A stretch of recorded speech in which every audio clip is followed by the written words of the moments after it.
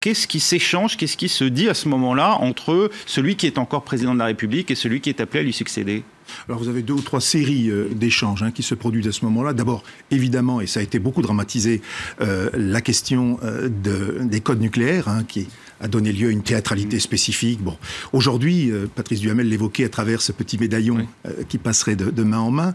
Aujourd'hui, évidemment, on n'est plus, et heureusement pour la France, à ce type de pratique. Vous voulez dire qu'il n'y a pas de code nucléaire ? Ça ne veut pas dire cela. Je ne veux pas dire cela. Simplement, ce n'est plus une plaque qui circule, des numéros qui s'échangent. C'est beaucoup plus sophistiqué.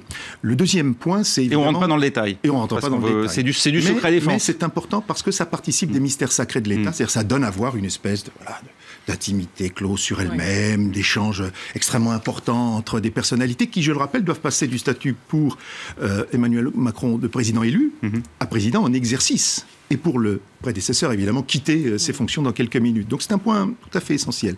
Le deuxième type d'argument, c'est constitué par des échanges sur la situation internationale, des dossiers chauds, urgents, sur lesquels, évidemment, on peut profiter de ces quelques minutes pour transmettre un conseil, appeler à la vigilance, faire part d'un ou deux éléments très précis, concrets. Et puis le troisième élément, c'est tout simplement des propos badins. Oui. Voilà, et je crois que c'est la plus grosse part. Comment vas-tu ? Le plaisir d'être là. Je crois qu'ils auront beaucoup de choses à se dire. Ils se connaissent. Et M. Macron occupait le bureau qui est au dernier étage. Donc, il participe lui aussi de tous les petits potins de l'Élysée.